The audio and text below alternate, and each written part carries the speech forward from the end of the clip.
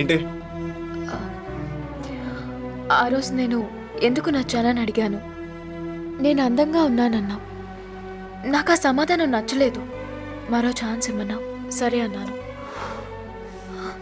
ఇప్పుడు చెప్పు శివ, నీ ఆన్సర్ ఏంటో.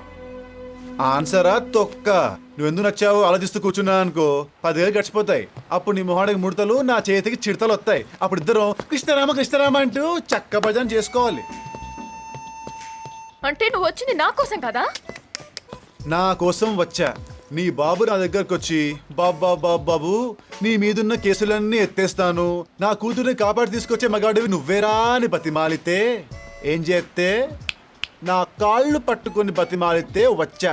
ఓ 10 రోజులు లైఫ్ రిస్క్ అయినా నిన్ను తీసుకెళ్లి మీ నాన్నకి అప్పచెప్పేస్తే ఒక మంచి అందమైన మనిషి పెళ్లి చేసుకుని లైఫ్ అంతా హ్యాపీగా కష్టపడకుండా గడిపేయచ్చు. ఇక మన పత్తుంటే చూడు, తినడం తొంగోడం అంటే మనిషి నాకు తినడం పడుకోవడం తప్ప వేరే పనే ఉండదా? పని పాట లేనివాడికి ఇదే పెద్ద పనమ్మో. ఛ! మీ మగ జాతి అంత ఛా, ఆడదాని అందాలు చూడమే తప్ప మనసేంటో చూడరా. చూపిస్తే అన్ని చూస్తాం. చూపి Shut up, శివ! మా నాన్న నీ మీద ఉన్న కేసులు ఎత్తేస్తానంటే ఇక్కడికి వచ్చావు. యా, నా కోసం కాదు. Any doubt? ఈ క్షణం నుంచి మన మధ్య ఏమీ లేదు. ఓకే, నన్ను సేఫ్ గా ఇండియా తీసుకెళ్ళు.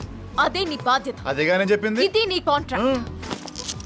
ఈ బ్యాగ్ తీసుకురా. హలో, నేను వచ్చింది నిన్ను తీసుకెళ్ళడానికి, నీ బ్యాగులు మోయడానికి కాదు. ఇది మన కాంట్రాక్ట్ లో లేదు.